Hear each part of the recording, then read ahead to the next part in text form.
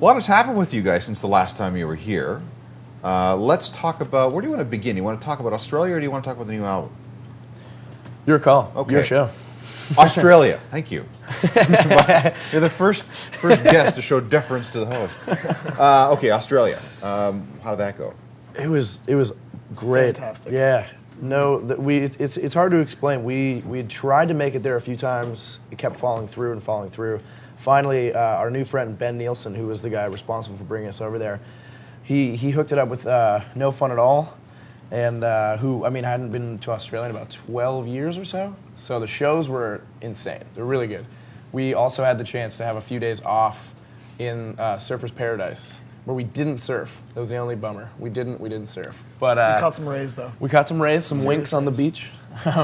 But then we went back to like certain cities, Adelaide, Melbourne, and Sydney. We returned to like a week later and did a headlining show. Oh, really? And like we were figuring like it's a good idea, but we didn't know if anyone would come because they had just seen us. Right. But they were great shows. So we have only amazing things to say about that country. What's the difference between Australian audiences and Canadian audiences? Or North American audiences? I think they were pretty excited that North American bands were touring over there. And They're definitely a rowdy bunch. It's definitely a rowdy bunch. They're definitely there to party and have a good time. Which is pretty similar here in North America, but you know. I honestly found a lot of similarities, especially between Australia and Canada, like just with the people and shows and the way people taking care of bands kind of, you know, operated and everything. But yeah, I think Australians are a bit rowdier than other places. I think they are. I mean, whenever I've gone through Southeast Asia, you can pick out the Australians in the crowd like that. Yeah, if you're in the west coast of Canada, you can pick out the Australians like that as well. We played in Japan last year, and everyone, after every song in Japan, the entire crowd would go, yeah! And then dead silence, because they really want to hear what you're saying. And we don't say anything worth listening to between our songs. But there were these two, at one of the shows, there were these two Australian guys who were just hammered drunk. And they were the only people, literally the only people you could hear, other than like ourselves between songs. It was pretty funny.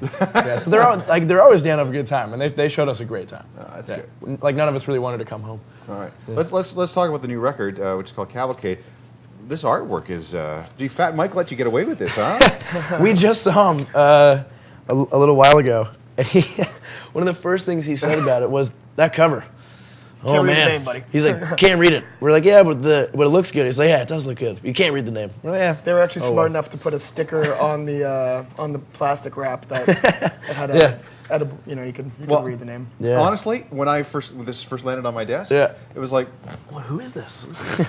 Band called Cavalcade? Oh no! At first, we were going back and forth with the artist Alex Snellgrove, who's from Toronto. She did a great job with all the illustrations and everything. We were going back and forth with color schemes with her for just the names, and after a while, we were just like, you know what? Let's just put it out like this. And if people can't read the name, maybe that's kind of cool. Some bands don't even put their names on the front cover. Yeah, worked for Joy Division and the Beatles. There you go. And I mean, we're like number 3 in that list, I think. Right? So I mean, let's be honest. Let's be honest. So this looks like an old woodcut. Yeah. That's what we were going for, and Alex pulled it off really well.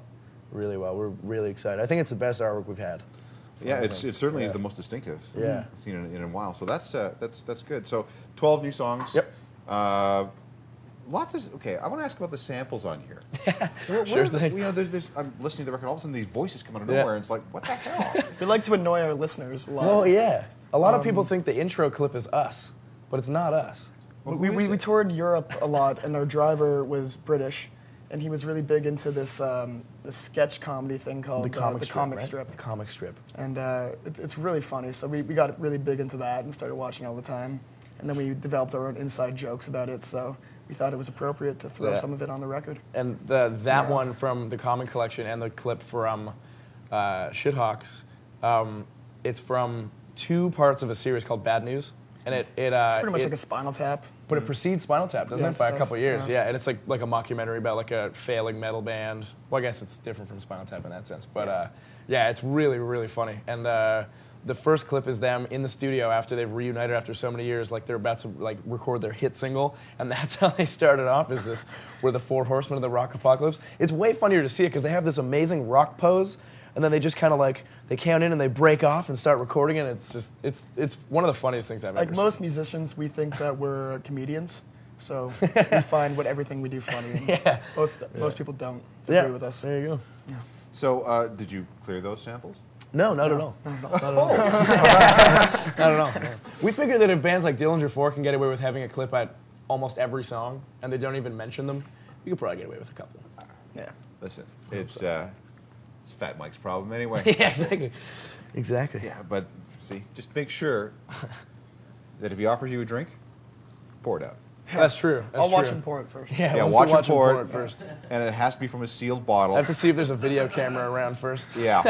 Okay, if you don't know what we're talking about, Cokie the Clown. That's all you have to say. I figure if he's not wearing clown makeup, It's safe? you're okay. Yeah. He's made me drinks before without clown makeup, and they've turned out great.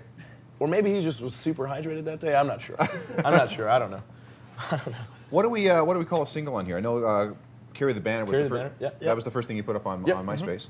So we're going to call that the first single? Yeah, we're going to film a video for that next week when we're home from this tour. Just a low-budget video, and see how it turns out, and then we're going to do... How low budget? On cell phones?